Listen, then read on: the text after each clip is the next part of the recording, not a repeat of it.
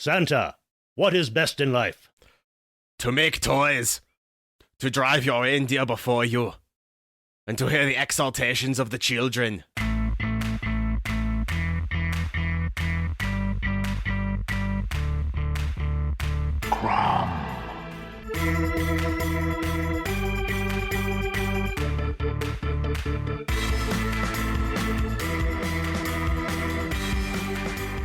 Hi, and welcome to another Intermillennium Media Project, the IMMP podcast. My name is Matthew Porter. And I'm Ian Porter. I'm his dad, he's my son, and it's the holiday season. Yay! It's time for sleigh rides and snowball fights. How did you spell sleigh just now? Take your pick. Oh, good, because this is going to be a fun and interesting holiday season. It is. We've got a brand new holiday theme for you this year, Christmas with Conan. Yay! This gives me the chance to show Ian the 1980s Conan movies, starting, of course, with Conan the Barbarian. From 1982. Directed by John Milius, and, of course, starring Arnold Schwarzenegger. Yeah. This is one of those movies that I wasn't really allowed to see at a theater when it came out. Oh, really? So I watched, some of the movies I did see in theaters at young ages. It is worth pointing out. This one stuck. But I saw it as soon as I could when it came on HBO. Ah, that makes sense. Because I'd been reading about it constantly before it came out in Starlog magazine and every place else I could get my hands on any information. And not necessarily entirely with my parents' knowledge and permission, I had been reading the Marvel Conan the Barbarian comics for years. Oh. Which made me start thinking, after we watched this movie, you might think of this as an early Marvel movie. Oh my goodness, it kind of is, isn't it? Because it's based on the character created by Robert E. Howard and featured in many stories that he did, mostly for Weird Tales magazine, and was then Conan and the world around him, the Hyborian age, was picked up by other writers and expanded over the years. But I think it mostly came into public consciousness and what there was of this kind of fandom in the 70s through Marvel Comics. They had Conan the Barbarian as a comic series and a few spin-off series. I think that's what really led to a lot of the imagery in this and what led to a lot of the hype around this. That's fascinating because for me, the Conan franchise is not a series of disparate interpretations. It is a monolith. It is this entire densely packed thing people can get into, but it's never been a completely separate thing. All the fact that there are comics and books and the movies are all kind of one point or node on the network of different media franchises I've encountered, but they haven't been separate in that sense. So the idea of this being this new film that is an interpretation of this comic, that is an interpretation of the book, that's the new part to me. That's this oddity, because to me, the time has compressed those into one grouping. In some ways, I can relate it to Tolkien's Middle-earth, in that it's something within the span of a lifetime. It went from being something created by an author of fiction to this mythology that was kind of known and accepted by this subset of people who were into it. Yeah, that makes a lot of sense. It is that kind of same sort of ballpark and that same sort of odd density. It's like you can have guy with sword does thing, but there's also fans out there who guy and his lineage holds a sword with its own history and his shield with a completely separate own history to fight enemy who has his own set of histories for all of his cloaks and armors and potion bottles and everything. And all these cities and nations and wars that we hear mentioned. Yeah. That all suggests this rich world. Now, in Tolkien's case, it's one person who wrote this incredibly rich set of very long books that had so much in them, people could immerse themselves in them for decades. In Howard's part, it was he didn't write that much in terms of a pure word count about Conan and his world that Howard himself wrote, but he did so cleverly and so richly. But also starting out in those early 20th century pulp magazines in a culture in which the industry was based partly on what we would call fan fiction now, in that other writers could take up things and begin writing in that world. And that was kind of encouraged, especially given Howard's early death. Yeah. That it wasn't just one person creating this giant, rich world, but together they made something that I would say is comparable to what Tolkien did. There's something about this, community created Conan canon. Okay, tongue twister I made there. I'm so glad we tested for plosives before we started recording. Yes. But there's something about that reminds me of modernly things like the SCP Foundation and other community-driven story development programs where there's this respect of anything anyone else has created getting voted into the pool and included in the things everyone else will then reference. So it's purely just stacking upon each other instead of branching off into disparate directions. And that's also what reminds me of modern day Marvel movies at their most interesting. You get something like Guardians of the Galaxy, not a super popular set of characters or super well known, but they had enough to build this movie that introduced and created a whole environment plus characters we cared about in a story that was compelling. And ironically enough, there's things about the modern depictions of Drax the Destroyer that definitely take from Conan myth in terms of inspiration of how they do it. Yeah, I guess so. You're right. So even there, those are crossing into each other as reference point. So we have to talk a little bit about the people who made this movie before we launch into the movie. Okay. The most obvious is Arnold Schwarzenegger starring as Conan the Barbarian, Conan the Cimmerian. This was really Schwarzenegger's first, it was definitely his first starring role. He had done a little bit in movies. He was kind of, I don't want to be too dismissive of an actor early in his career, but it was kind of stunt casting prior to this. And some could argue in this, in that he had come to public acclaim and knowledge through bodybuilding. And he was, I believe, Mr. Universe, at least once, if not multiple times. He really became known for a 1976 documentary about bodybuilding called Pumping Iron. Okay. And that he was very compelling on screen, and he had this presence that caught people's attention, and people who really had no interest in bodybuilding, but had an interest in documentary filmmaking and heard about this guy who's in this movie, started seeing it. And that it was based upon that, after considering a whole bunch of other actors who were experienced actors who had played tough guy roles. Eventually they decided, no, this Schwarzenegger guy, he looks like a Frank Frazetta painting. He looks like all the paperback book covers people who read Conan, or like the Marvel comic book covers that Conan fans are expecting to see. Let's sign him up. And they did. It's kind of deceptive because he gets a lot of great acting in this movie, I will say. There's some very, very not he's acting as an actor in some things more than you'd think. It's not purely an action physical role. I would agree. I would want to make sure that he gets enough credit for his acting. I would say that in this movie, he has well executed acting, accomplished acting in a very narrow range. Yes. And in some ways, that's the ideal for someone who has some acting ability, but who has been cast for his look and his presence. Mm-hmm. It means that he's not just, well, yeah, we got Schwarzenegger, let's point the camera at him and we'll have people act around him. But Conan's a character that doesn't require a huge range of emotion and acting chops, which is a great way to get started in movies, I would think. Exactly. And then there's the director, John Milius. I'm sure there are plenty of podcasts and articles and things about John Milius that will go into more detail than I think we want to here.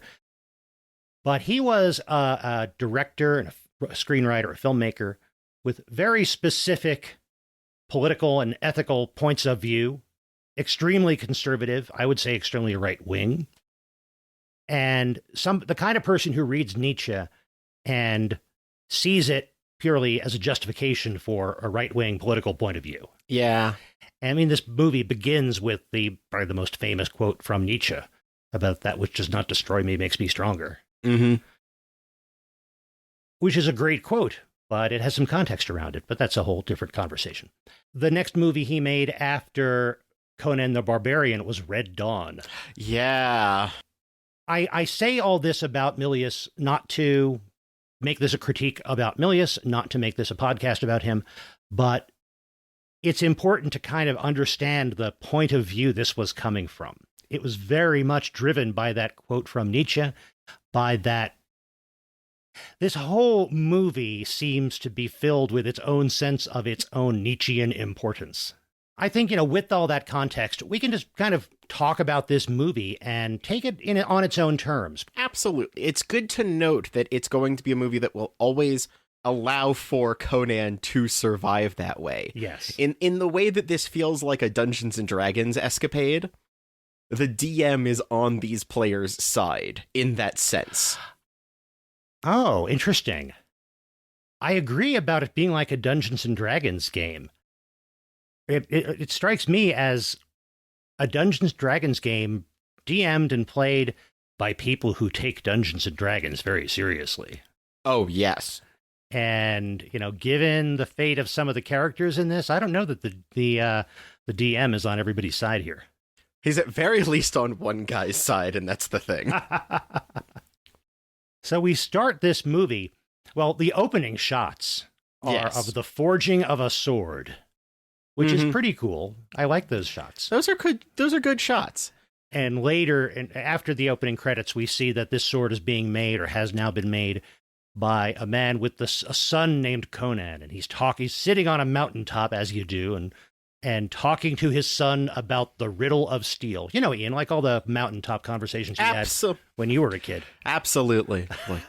But this, handing me the microphone I'm using, this you can trust, you told me. Yes. I must teach you of the riddle of VHS. But yeah, he was talking about the gods, and you worship Crom like I do. You worship Crom, who lives in the earth and who took the riddle of steel. Mm-hmm. Or the enigma of steel. And it's up to every man to help to solve the riddle of steel. That's the purpose of life. Which, I don't know, that's a kind of cool metaphor wrapping around that. Yeah. And that's one of those things I'm going to start out. This is a movie that gets oddly and interestingly wordy at times for being a movie that has long, quiet fight scenes. Yes. I mean, like a lot of De Laurentiis productions, you kind of see a lot of it is they had international markets in mind. They wanted to make it easy to dub. Mm-hmm. And yet when they get into ideas, they are very wordy. Absolutely. And that starts with this conversation about the enigma of steel and about Crom. Mm-hmm. And then we get a whole lot of movie with practically no dialogue. Yeah. But because the next thing that happens is James Earl Jones rolls up with his posse. Yes. And destroys this village in which Conan and his family live. And it seems like a kind of a neat, prosperous agrarian / light industrial village, because they're making swords and things as well. You get the feeling that this is the place that makes more swords than they need and exports swords. But instead of waiting for the next shipment, James Earl Jones people showed up and took them. I guess so. They probably did take a whole bunch of swords. They also took all the children. Yes. They killed everybody else, including Conan's father, who used his brand new sword to do a pretty good job of trying to defend the village, but was just overwhelmed by numbers. And his mom, who also put up a fight, or tried to put up a fight. She did a standoff at least. She did. And that scene kind of is what tells us there's more to the James Earl Jones character of Thulsa Doom than might be readily apparent. He's not just a warlord.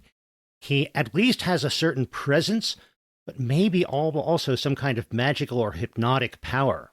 Yeah. Because just by staring into each other's eyes, she goes from a ready-to-fight posture with a sword to just lowering the sword and allowing him to cut her head off.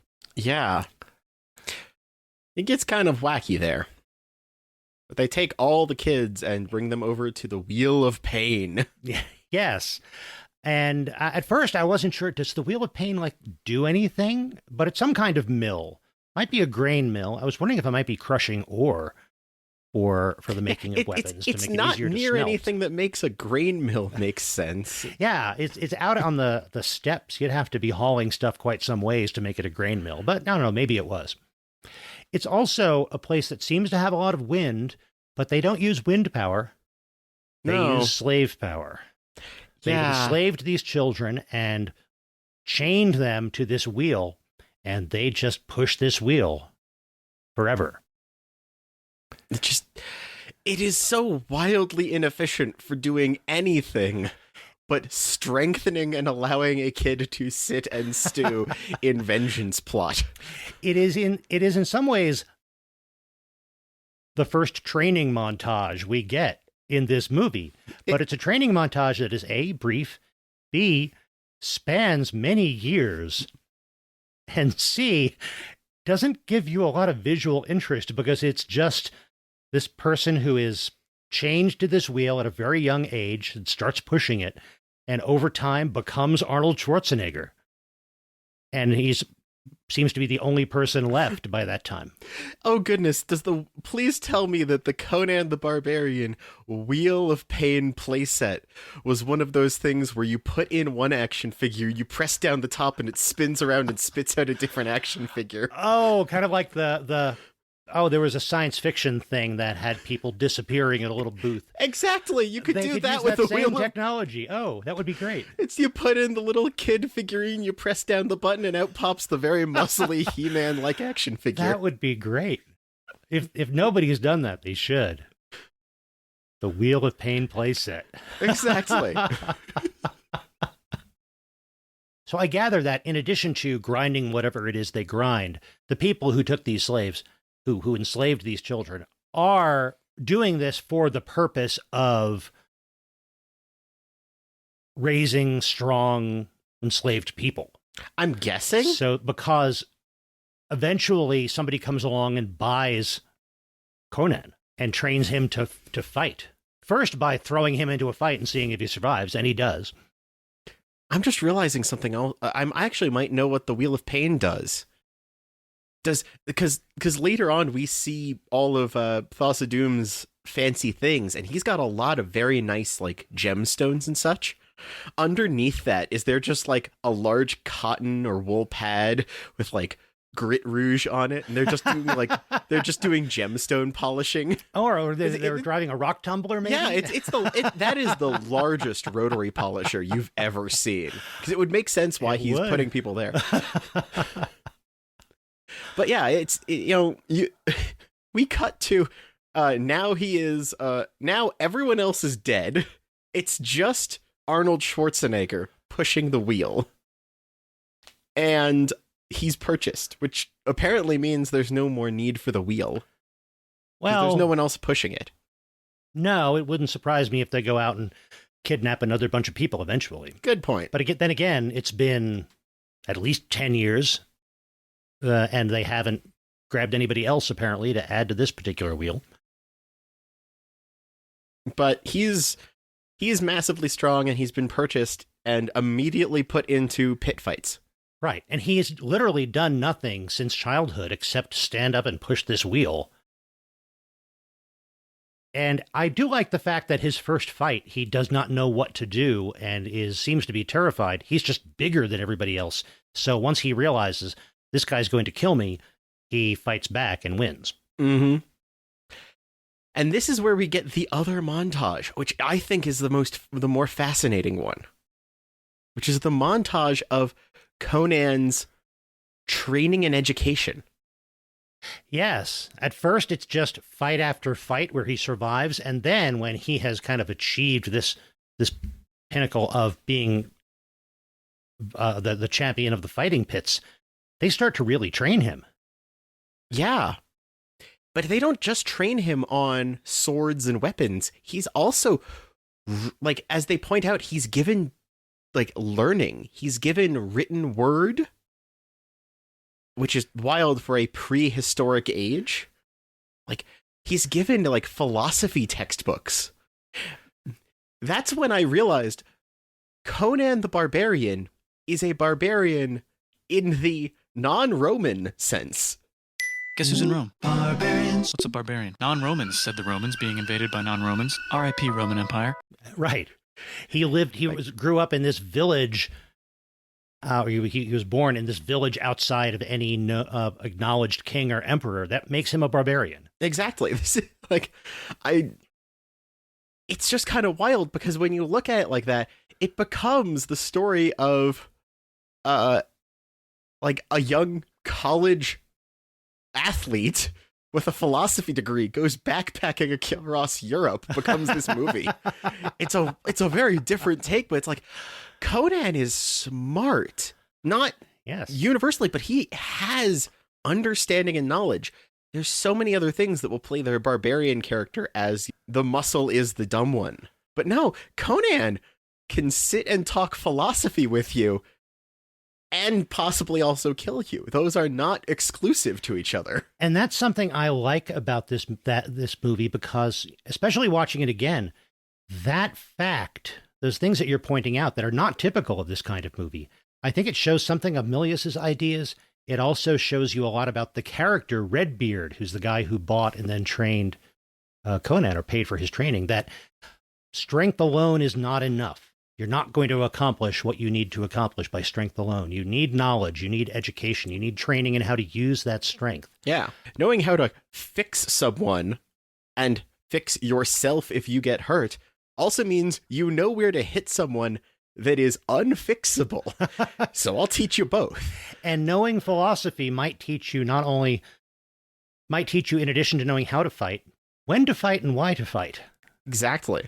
And all of the fact that all of this had some importance to Redbeard explains why Redbeard eventually frees Conan. Yeah. Like we're showing them getting so much money. They're able to hire multiple trainers to teach him different martial arts and weapons. He is able to get all these rugs and robes and riches. And so they're making money, but Redbeard, knowing and understanding the philosophy, respects Conan as a person and lets him go. Even if we get the idea that might be the worst thing for him as a businessman, but there's just a humanity of it. And I really never quite understood that in the past. It seemed like it was just, the plot needs Conan to be free now, so Redbeard frees him. Watching it again, and watching that scene with Redbeard and the other wealthy battle lords in the tent, and talking about the question of what is best in life. Conan, what is best in life? To crush your enemies, see them driven before you, and to hear the lamentation of their women. That is good. That is good. I understood better why Redbeard says, I cannot keep this man where he is. I must give him his freedom. There's a sad pride to it. Right. He's learned this. That's made me wealthy, but it's not fair, so I'm going to free him. Mm-hmm. Just that's a sweet thing. Yeah, it is. I mean, Redbeard is still a slaver who has become wealthy on the death of others, but he also has some regard for other people's humanity when it suits him. Exactly. And that makes him a complex character, which, complex characters make great stories. Oh, yeah. That also does fit, though, the underlying theme of Conan picks up multiple dads. Because he had his initial dad who taught him about Crom. Redbeard acts kind of like a different father figure teaching him other things, and there's this moment of understanding when he's freed, where there's this the closest thing to a heartfelt goodbye the two of them would have. But there's a complexity there of this multiple layers of respected other figure. But now that Conan's free, he didn't have a whole lot to do while pushing the wheel of pain or in between training and fighting. So he's still got a vendetta to deal with. Yeah. So he wants to hunt down this guy who destroyed his village and killed his parents. And all he knows is this standard that was carried, the two serpents. Yeah. And he goes around trying to find information about this. He runs into a witch who tries to kill him or ensnare him, but who also gives him information about the city in which he'll find more information about this snake cult. He obtains a map, a quest marker, and a bit of foreshadowing. Yes, and defeats a mini boss to get them. Yeah, exactly. That's kind of what happens there. And he also, like, finds a tomb, obtains a sword, and shows respect to the guy whose sword he took. Although I am impressed that he's able to just smack the sword on the ground a couple times and it comes out polished and silver. Yes, it's like that wasn't so much corrosion as it was, factory protective coating. Yes. But that's something I like about this setting and about the Conan setting in general is this is supposed to be so ancient that it's a deep, rich history that we have simply forgotten. And things like that tomb let us know there are things even older than that no one in Conan's time remembers because they're so old. Yeah. There's this idea of a depth of time that is fascinating. There's an idea of a depth of time that makes it feel ancient, but also there's too much time in its ancientness to exist, which means you don't know when it is or if it's coming or what. Mm-hmm. There's as much things that make you question if it's post-apocalyptic as it is ancient. Oh, that never, ever occurred to me. Maybe it's just the way I've interacted with it. There's just things about it where it's like, every once in a while, there's things that don't quite mesh up about what it wants to throw in from history that are just off from each other enough that it makes me start to wonder. That could be, and I'm probably putting it more in the perspective of some of the original stories, which talked about the fact that this is an ancient time long forgotten. But then again, it's also, there are stories set a long time ago in galaxies far, far away that are they really in the future or are they really in the past or are they in the past of whoever it is that's narrating? Exactly. But yeah, I never thought of Conan as potentially post-apocalyptic, but it's an interesting idea. Mm-hmm. Who's to say that ours is the most recent of a long, deep span of civilization after civilization, of which Conan's world is a part. Exactly. I like that. So a lot of the rest of the story is kind of a series of little thief heist vignettes. This is where the movie becomes episodic, where it's like we've gotten the setup, and now we do have a story that crosses multiple, but you can kind of break it up into chunks from there. And Conan meets up with Sabutai, who's a thief and an archer, kind of a fast, clever, small, wiry, wily guy, and Valeria, a strong, beautiful thief/warrior woman. And they actually are targeting the same place, and they team up because of that. They get to a city that was he got the clues about, and there's this snake tower that has, and someone talks about how these have appeared in all the cities, and it's like taking over everywhere. They find the nearest Thulsa Doom franchise. Yes, exactly. It's run by a guy who gets to borrow the cloak and the standard and the power. This is a franchise opportunity. You can open up your own snake tower in your town if you want. Yeah.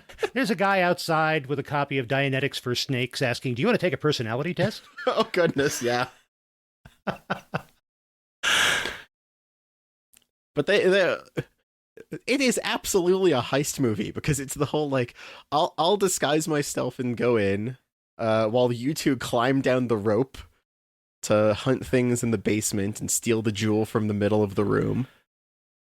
And it really is good that they met up with Valeria because it is a 3-person job in that she has to scope things out and distract people for the getaway while Conan and Sabutai go in and find where the jewel is at the lowest level of the temple. And what Valeria finds out is there are also all these weird rituals happening, including the sacrifice of young women to this giant snake who lives at the bottom of the tower. Yeah.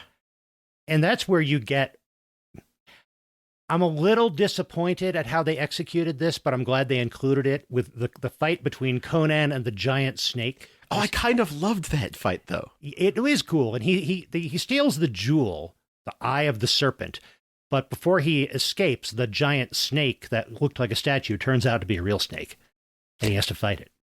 I love the fact that in a movie that has these big bombastic action fight scenes, there is a true amount of like, oh snap, we didn't prepare for that panic in the way they fight this snake, because they don't just hit it. They don't just pin it to the wall with an arrow.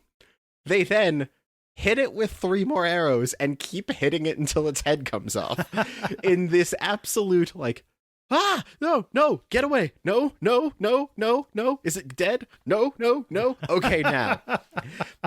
There is this perfect, I wasn't prepared for that. I can handle, but I wasn't prepared for it. Kind of frenetic energy. You make it sound like somebody killing a spider with a broom. It feels like that. Is it dead yet? No. Whack. Is it dead yet? No. It feels like that. Because literally there's this like, oh, this is pretty. And the snake comes up behind him like a classic, horror villain about to strike. It's nice to see an amount of battle vulnerability early on, so that when our characters are prepared and ready, it feels like they were prepared and ready and not like they just default to this. And the reason I wanted this scene in there was that so many of the book covers and Marvel comic book covers had, whether or not it was in the story, had these shots of Conan with a giant snake or some other sufficiently flexible monster wrapped around him, but all you can really see is Conan's head and his mighty sword arm and maybe another arm trying to choke the monster, and Conan about to strike the thing. There were all these dynamic Conan versus monster paintings used for these comics and books. So I needed Conan versus something like a giant snake, but no specific shot in this scene ever captured the feel and the action of those paintings. So I was a little disappointed in the execution. I think they were limited by what they were doing in movies in 1982, but I was still glad to see it. This is a moment where I get to point out that Nick Alder, the special effects supervisor, and the team of 15 who worked on this did an amazing job. Because when there are those supernatural elements in here, they are smoothly blended. And they are a nice piece of this world. They are never made too flashy, and they're never made... They always feel like they are just naturally existing as part of the world. There were some things that I was reading recently about some of the practical effects they did in this. Like, for some of their settings, if they needed a mountain with an ancient city on top of it, they would find the location, build an appropriately shaped and scaled model of the ancient city, put that up on sticks, and then shoot it from an angle that made it look like this ancient city was on top of this real mountain. Which is brilliant. It was clever, real world, like, in-camera compositing of models and real locations that it's one of the things that gives this movie such a good look, I think. Everything looks and feels real. That's another problem I have with the snake. It looked more puppety than a lot of the stuff in this movie, because so much of it looks, this is a real, solid place where people live and work and fight. Yeah. So, and that a lot of that goes to that effects team that you were talking about. Oh, yeah. And they've got some stuff later on where it's like, they just set a mood with an environment that just gets to you.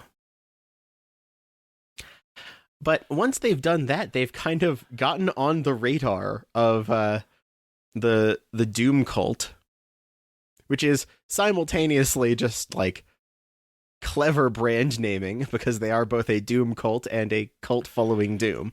And not only are they on the cult's radar, but they're given a job. Yeah, because they're hauled before King Oz after they succeed in this heist and the destruction of, the slaying of most of the people in this serpent tower. They're hauled before King Osric, thinking it seems like they're going to be in really big trouble. And King Osric really wants to congratulate them and thank them for helping take care of this horrible blight to his city and his kingdom. And he wants to hire them, pay them in great wealth to go out and take care of this Thulsa Doom guy, because he's doing this all over the countryside, all the cities, and he's kidnapped my daughter into his cult. Yeah. And that twist is a wonderful moment, because they're like covering, like, oh no, our friend got eaten by lions, throws the friend into the room. Ah, eaten by lions, you say.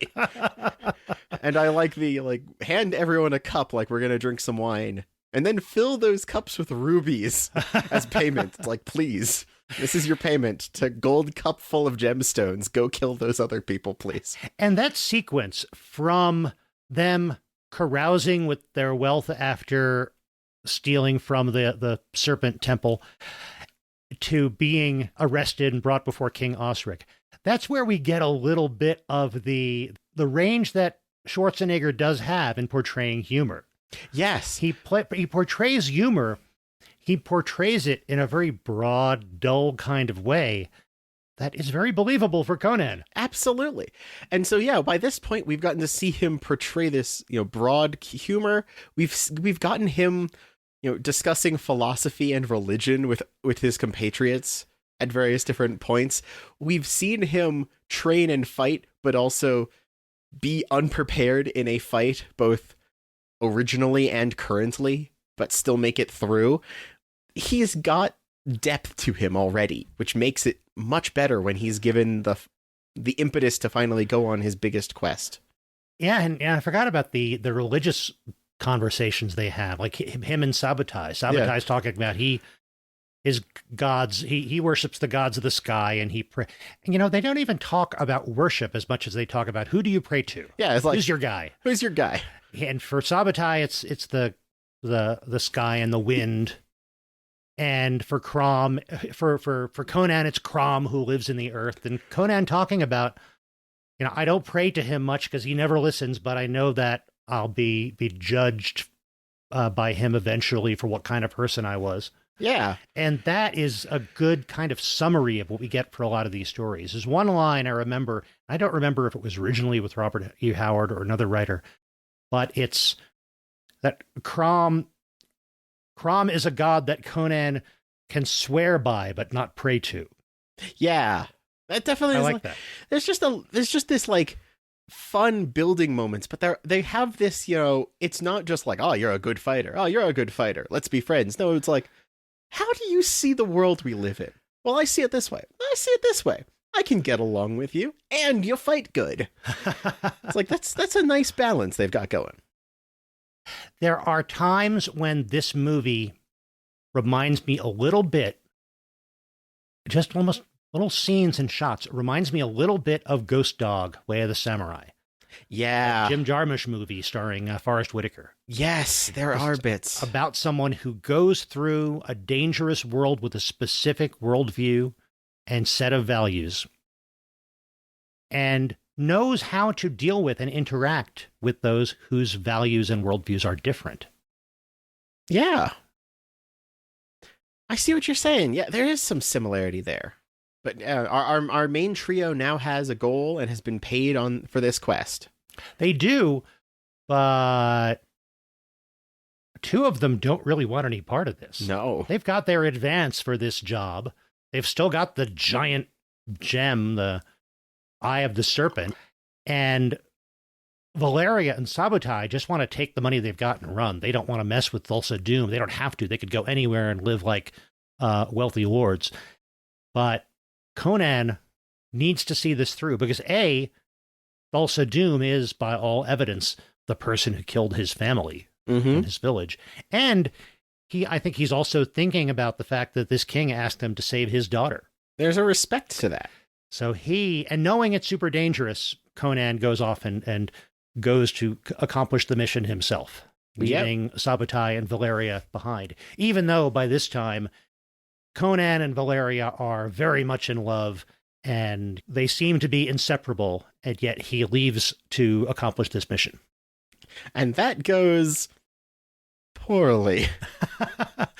We get a little more of Schwarzenegger's comedy. And it doesn't work quite as well in these scenes, I think, as it did in the carousing scenes, because here it turns out that like there's this growing like cult of flower child type people who are gathering around Thulsa Doom. Oh, and they find out that Thulsa Doom lives in his mountain of power. Now, Thulsa Doom and his mountain of power, that sounds like a 30-person funk combo. It does. A soul music act. Oh, that's another playset, too. The Mountain of Power playset. But so all these pilgrim kind of, Hyborian hippies are gathering around the mountain of power, hoping to be let in and become part of the group. And apparently they do, and they are, and they're recruited in. And Conan disguises himself as one of their priests. I do love that moment where he's like, can we go over there where no one can see us to talk? Oh, certainly. Thump, takes the guy's outfit. It's like... Unfortunately, the tall, thin guy he does this to is wearing a very loose robe, which happens to fit over Arnold Schwarzenegger. Absolutely. Barely, but does fit, actually. But this ruse does not work very well. It gets him like to the gate, and that's about it. Yeah, well, he gets partway in and is immediately discovered. After a few attempts at kind of bluffing his way through, like looking into the special pool of water, and what do you see? Infinity. Yeah, very good. Very good. And you get the impression they've just been humoring him until they can surround him. They do, but also it's another instance of like Conan understands the concept of infinity. Yeah, I bet a lot of people in the death pits did not even know that concept. Yeah, it's like, okay, he's gotten some like he's not completely botching these roles, but he's not making the skill check. But upon being captured and taunted, he is tied to the Tree of Woe, yes. Which I'm assuming is named by the same director for Thulsa Doom who named the Wheel of Pain. He's got good branding. He's got the Wheel of Pain, the Mountain of Power. I almost said the Tower of Power, which I think is a musical combo. I think that is. Yeah, the Wheel of Pain, the Mountain of Power, the Tree of Woe. It's got very direct. Oh branding. Yeah, he's got a style coordinator. But before the Tree of Woe, we actually have this confrontation between Conan and Thulsa Doom, which again is James Earl Jones playing super filled with presence, power over others around him just because of who he is, bad guy. Yeah. And yet, I say bad guy. We don't get a clear idea of what he is. There are times when I almost get the impression that the filmmakers behind this aren't necessarily portraying Thulsa Doom as capital B bad guy, as much as they're portraying him as powerful person who is winning at the moment, but whose interests are contrary to those of our protagonist. I get that for Doom. They do a good job of making his bad guy organization capital B bad guy for various other reasons. Yeah, and he does demonstrate his power to Conan by just randomly ordering one of his cult members to throw herself off a cliff. Yeah. Because he was giving Conan Thulsa's answer to the riddle of steel. What is the riddle of steel? And Thulsa's summary of it, spoiler for this many decades old movie. Thulsa's answer to this is the riddle of steel is that the true power is in the hand and the arm and the strength that wields the steel. It's not the steel itself. Mm-hmm. And Thulsa sees himself as the person on top because he has learned how to wield not just steel, but all the weapons at his disposal, physical and otherwise. And that's where your point about the theme of Conan finding fathers is so strong. Yeah, because he kind of becomes another potential guide there. It's like, there's things in the way Thulsa Doom is portrayed that remind me of the Street Fighters movies M. Bison, where it's like, for like, the day that I came to your village was the most important day of your life. For me, it was a Tuesday. There's just this, like, you're underneath me. I have this grander thing than just you, but my presence has influenced and changed who you are. You're a creation of my presence kind of attitude there. It's like, yeah, look at you. You've made yourself strong. You've gotten yourself a vengeance thing, but that's because of me. Thank me kind of attitude. You're very right. There is that. Almost exactly that speech from Thulsa Doom saying, I made you what you are. I don't even remember your village. There were so many, but what would you be without me? Exactly. And I think this is something of the nuance of James Earl Jones as an actor. There's definitely this feel of, I wish I could recruit you to be my right hand because you have such potential. We could be so great together. Reminds me a bit of another character James Earl Jones gives voice to. Yeah, about voice to. Yeah, about 2 years earlier. It's like, oh, hey. Join me. But he also understands, I think Thulsa Doom understands, more than the other guy did, more than Darth Vader did, that he's never going to join me. I can't let him pretend that he will. I just have to get rid of him now. Yeah. But they don't just slay Conan while they've got him surrounded. Instead, as you say, they nail him to the tree of woe. So they crucify him on this giant dead tree.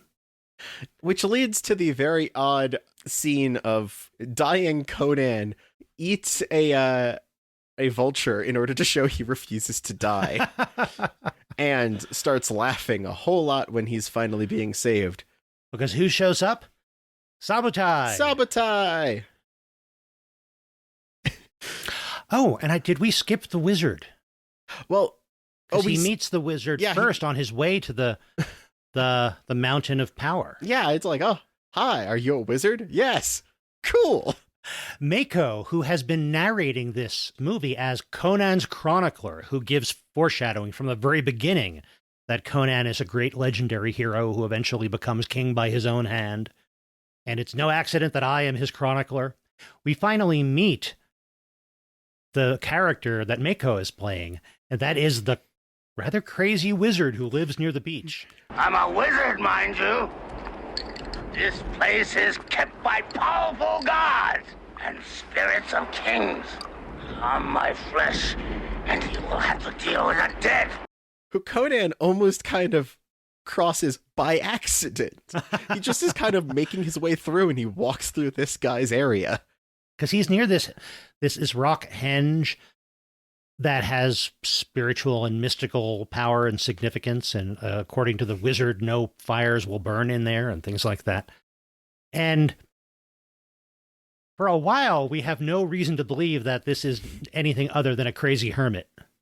Yeah. And Conan rests for a while with him and leaves his horse there in his care while he walks off to join the Flower Children and eventually infiltrate the Mountain of Power. But there's kind of this interesting, like, I'm a weird outsider. I'm a weird outsider. Cool.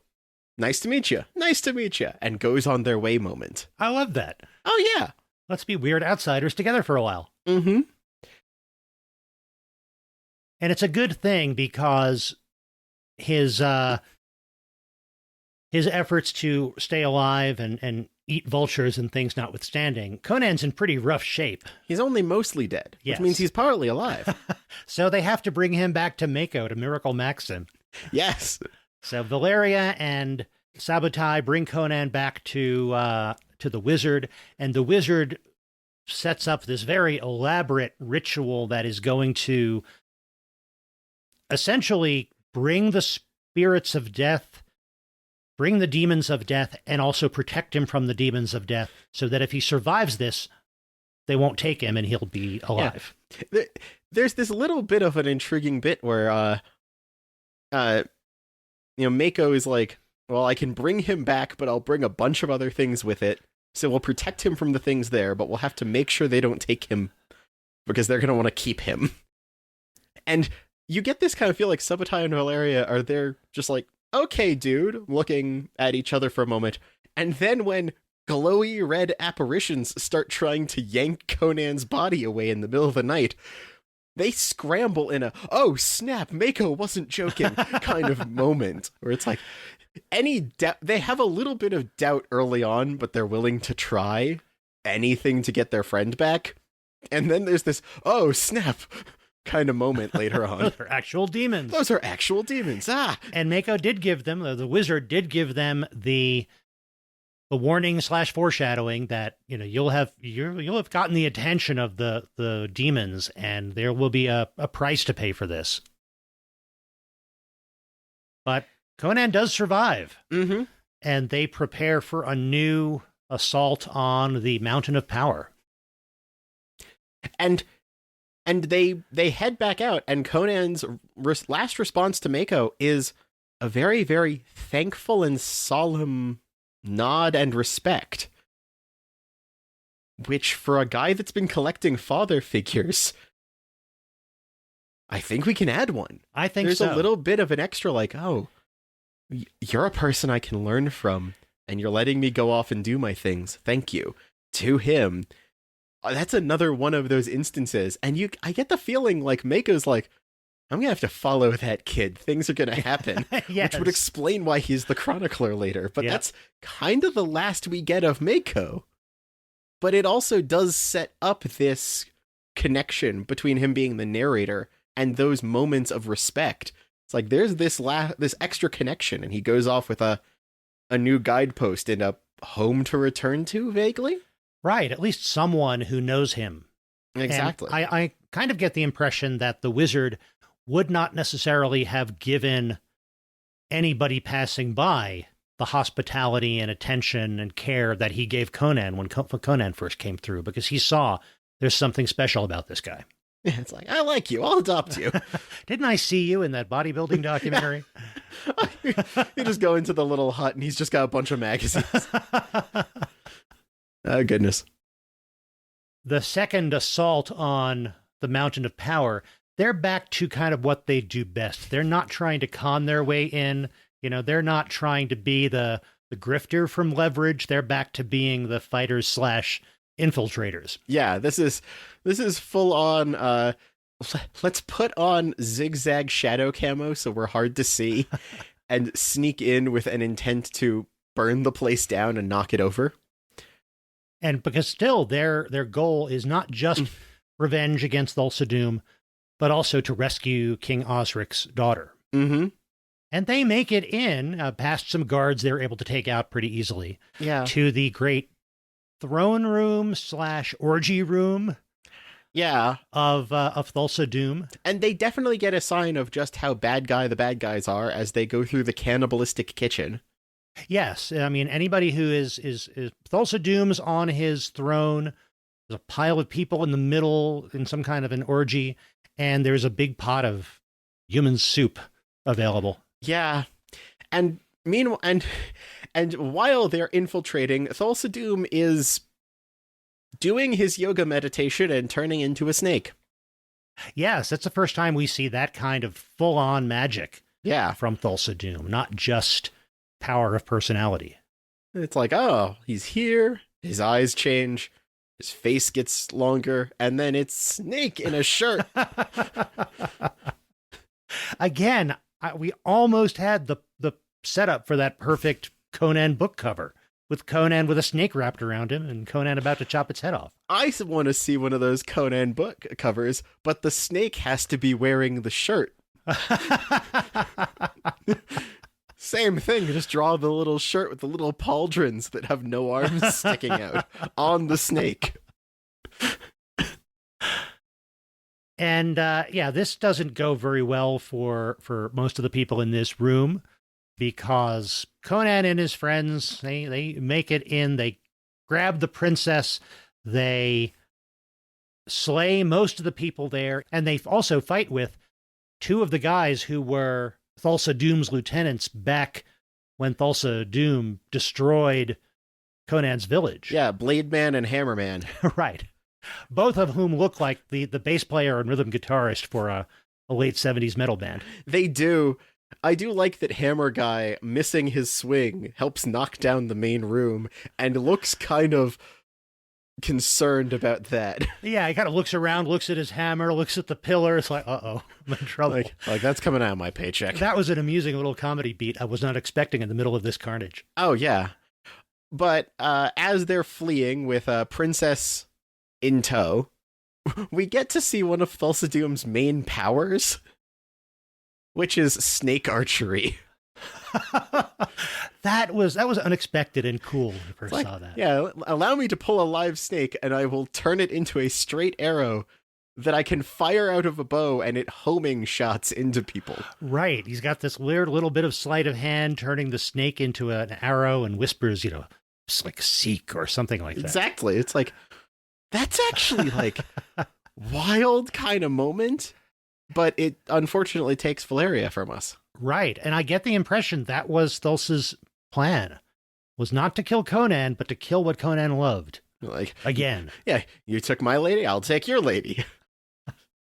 So, and then they have to stop and see how Valeria is, and it turns out there's a magical arrow, so she's not going to survive it.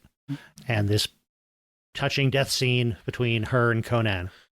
Yeah. And that gives Conan yet more motivation for destroying Thulsa Doom. And so they know now that they've taken this girl. Thulsa's now going to come after them. There's no more need to go into the mountain, because Thulsa's going to come out of the mountain and try to kick your butt. Okay, well, I know a place we can set up, and we get the Conan the Barbarian Home Alone traps the entirety of the ruins montage. Yes, that rock henge near where the wizard lives, that becomes their place to fortify. Yeah. And there's a long sequence that's kind of cool watching them set this up with anti-cavalry pikes and spring-loaded traps. Some of the traps are like, yeah, this will be useful if you happen to get somebody of exactly the right height in exactly the right place. But Conan does understand some basic mechanical engineering. Yeah. Yeah, hey, we can add that to the things he studied. And it's not just that they are waiting here. They lure the bad guys to this spot. And it's also, we get a bit that confirms for the wizard there's something special about this Conan, this Cimmerian. Mm-hmm. Because Conan sets up a funeral pyre for Valeria in the middle of this rock henge where... fire will not burn. Yeah, the wizard says, no fire will burn there. What is he doing? And this funeral pyre burns. Yeah. And that's something listened to you. And then there some of them are saying, well, this is bad. They're going to see all that smoke from the mountain of power, and they're going to find us. And that's exactly Conan's plan. Exactly. That's what this is. This is part of what this is for. Now, please put those skeletons and pike shields there. There's not a whole lot to say about most of the battle, except that we get to see how well all the stuff that Conan and the wizard and Sabbatai set up work. And the answer is pretty well, between the skeletons with their helmets as decoys and the pikes that prevent them from charging right in with their horses. And being very, very quick, almost Captain American-like, with a shield to block another homing snake time. It's like a couple of moments. I do like the homing snake denting the metal shield moment. It's like, what? That snake is moving quick. And even the wizard gets involved in the fighting a bit, which surprises him, but also kind of thrills him, it seems. Mm-hmm. And they do make good use of the fact that they've got these rocks and they can find small passageways between them, which helps reduce the importance of the numbers that the bad guys bring. And that has the important Crom, if you're listening, please help moment. Oh, right. Yeah, we finally see Conan actually pray to Crom. I don't do this much, but... Exactly. Please help me defeat my enemies, or if not, beep you. Crom, I've never prayed you before. I have no tongue for it. No one, not even you, will remember if we were good men or bad, why we fought or why we died. No. All that matters is that two stood against many. That's what's important. Valor pleases you, Crom. So grant me one request. Grant me revenge. And if you do not listen, then to hell with you. Like, it's just this wild kind of moment, but it fits with this climactic everything coming together moment. Of course, our heroes are successful, including finally taking out those two lieutenants, Blade Guy and Hammer Guy, Yep. both of whom get nice long extended fights, essentially duels against Conan. And that's also when we see Valeria come back. Yeah, she's like even if I'm dead, I'll help you. Yeah, I'll crawl back from the land of the dead to be at your side and fight with you. And she does. She does. She pops up for a moment in silver armor and smacks a guy and says, "Don't get up." And Conan's just like, "Dang," and gets up. And towards the end of this fight, we see that, Doom has shown up with them, but sees how things are going and runs away, goes back to his mountain. Yeah. And this definitely feels like it's a setback, but it's not the end of Doom. But Doom is planning something big. He's gathering all of his cultists and everything else, and it seems like he's trying to reamass power or follow through with some larger plan he was doing, possibly quicker now that he doesn't have all of his lieutenants. I almost get the impression he's planning to convert this cult into an army. Yeah. And then go sweep across the continent in a more comprehensive way than he did 10 years before. And that's when Conan comes back in the middle of this big assembly when Doom is about to give this speech. And that's where we get this speech, this scene between Doom and Conan, where Doom is making explicit, who is your father if not me? Exactly. Why don't you join me? Don't you see that we have all this power and you could be instrumental in wielding it? My child, you have come to me, my son. For who now is your father if it is not me? Who gave you the will to live? I am the wellspring from which you flow.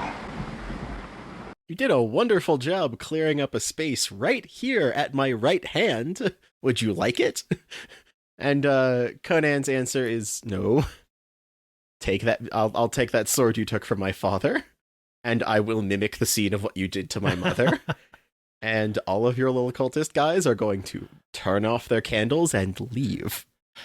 Now, that was a little weird and abrupt, that as soon as Thulsa Doom has been beheaded by Conan, like everybody who was in their robes and their candles, they just start walking up, throwing their candles in the pool and walking away. It makes sense because it's a callback to what he did to his mother.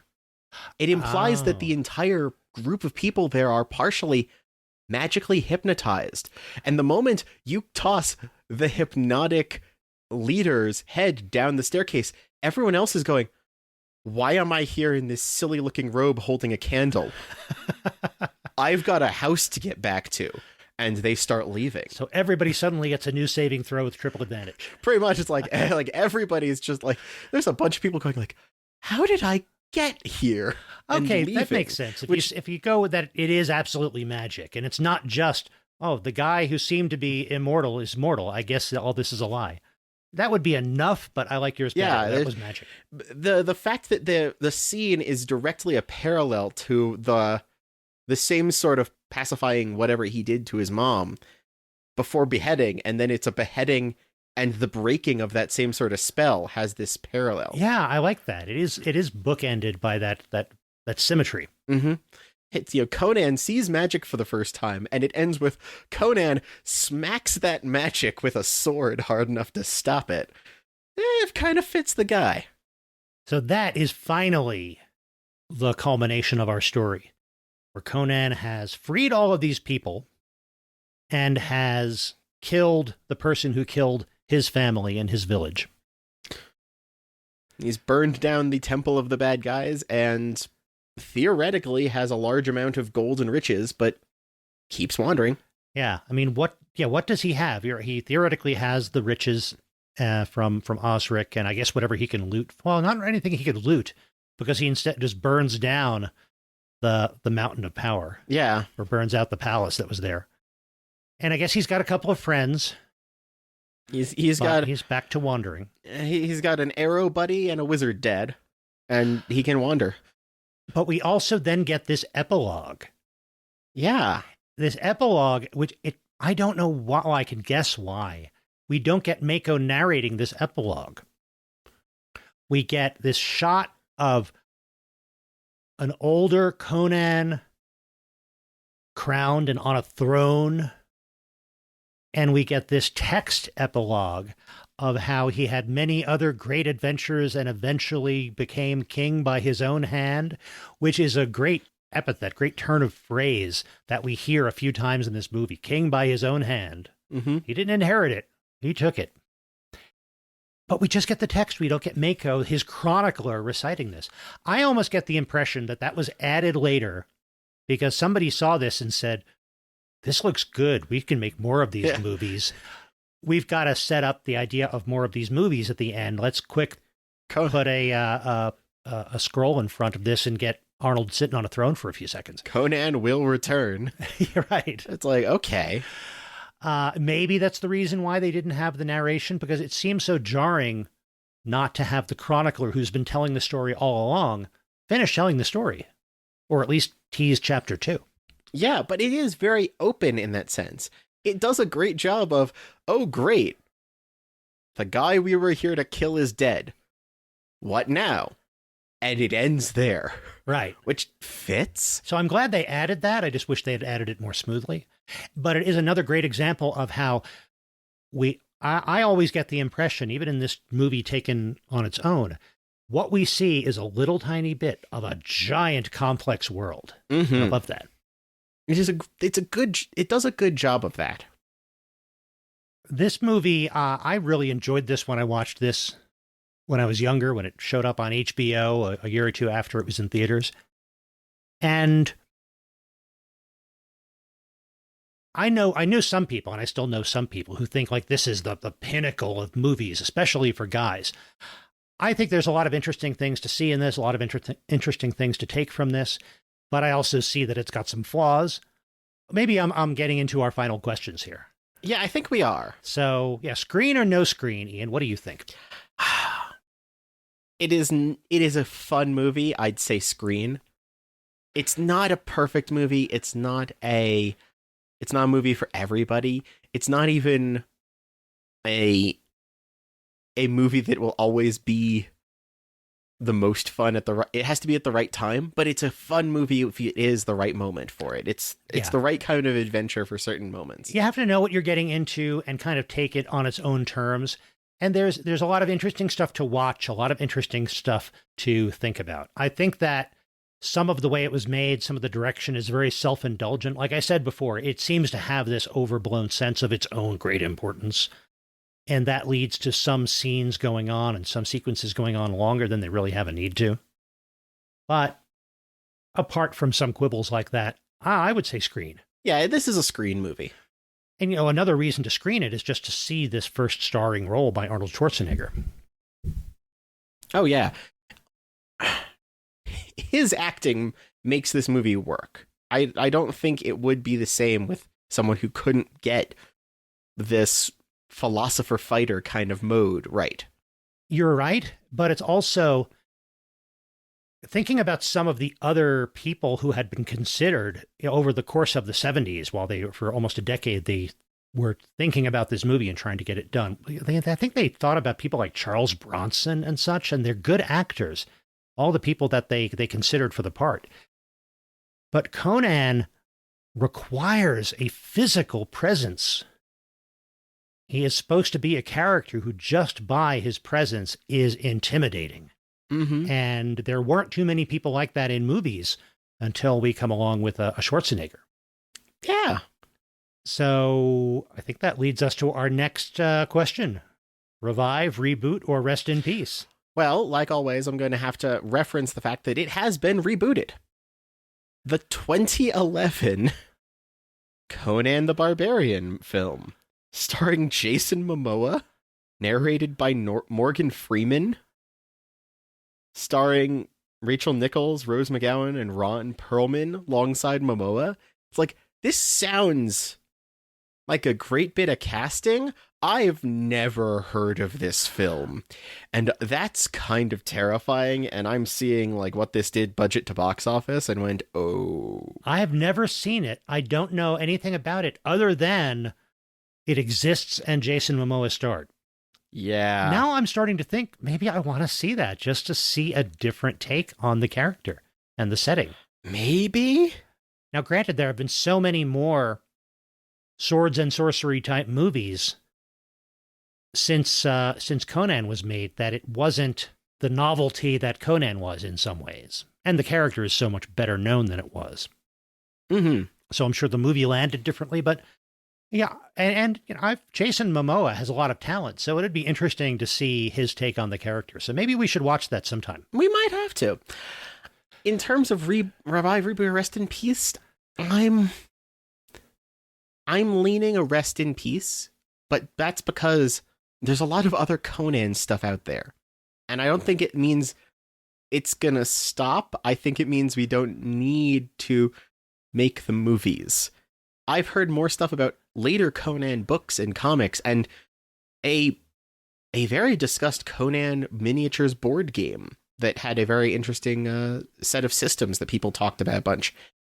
I think that this brand, this property keeps making other things and is always going to be an influence, but movies are not always going to be the best avenue for it. And if they are, it doesn't have to be about this movie in particular or this series of movies. So that's where I'm kind of leaning. It's a rest in peace because this will keep evolving and changing and adding. Yeah, I see what you mean. It's as with any adaptation, we have to go back and think about not just a revive or reboot of this particular adaptation, but what else can you do with this? And that's the things that you pointed out are great evidence of that drive to build upon another author's work that we saw with people picking up the Sword of Conan and writing more stories about him. That has not stopped. And there's no sign that it ever will. But as far as this movie goes, as we've said, our definitions are, revive means another story with the same continuity in which what has come before is still canon, and reboot is a whole new vision of that material. So we'll be back in 2 weeks with another episode of the IMMP podcast, talking about another movie that I get to show Ian. I wonder. Why do I hear thundering kettle drums? Ah, yes. Well, in the meantime, Dad, where can they find you online? Oh, you can find me as By Matthew Porter. So go to bymatthewporter.com. You can also find me as By Matthew Porter on Twitter. And you can find me as By Matthew Porter on YouTube. And if you go to YouTube, you'll find the Draft House Diary, where I review every visit I make to the Alamo Draft House, the movie, the food, the theater, the whole experience. And occasionally, I have a special guest reviewer who is my son. Hey! And Ian, where can people find you? I can be found most places as Item Crafting, such as Twitch as Item Crafting Live, and at Item Crafting on YouTube and Twitter. And I'm at itemcrafting.com. And you can find the podcast. You can find us on Twitter as IMMPcast. You can also find us at www.immproject.com, and that's where you will find all of our back episodes, as well as a link to our Patreon. Thank you very much for anybody who can support us there. You help keep the show going, and you get bonus audio content for supporting. And you'll also find a link to our YouTube, a link to our shop if you like coffee mugs and t-shirts and things. And also, speaking of Patreon, a special bonus right now for the holiday season. We have a couple of different tiers of patrons there. All of them get you the special audio content and access to our special parts of our Discord. But if you join at the movie club level, you also get a surprise DVD in the mail every few months. Now, normally, the movie club benefits kick in when you have been a member of the movie club for a couple of months prior to each shipment. But for the holidays, anyone who is a member of the movie club by January 1st will receive the special DVD shipment at the beginning of 2023. Even if you sign up at the very end of the year, you're in for the first shipment of the next year. If you've ever wanted to experience the podcast the way I do and not always know what movie you're going to get to see next, this is an excellent opportunity to come join me. And also, another special offer. to celebrate our 100th episode that was a couple of months ago and the fact that we're now into our 5th year of this podcast, if you send us a self-addressed stamped envelope at Intermillennium Media Project, P.O. Box 271167, Littleton, Colorado 80127, we will send you back stickers. And you can also find that address on the contact page at that website, immproject.com, where we'd love to hear from you about Conan or about old movies or anything else. So thank you very much for listening. Most importantly, thank you for being here. We hope you'll be back in a couple of weeks, and we'll talk to you then. And in the meantime, go find something new to watch.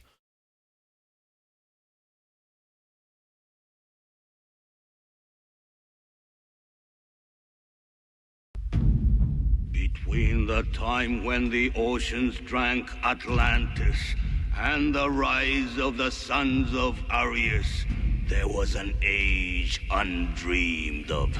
And unto this, Conan, destined to bear the jeweled crown of Aquilonia upon a troubled brow. It is I, his chronicler, who alone can tell thee of his saga. Let me tell you of the days of high adventure.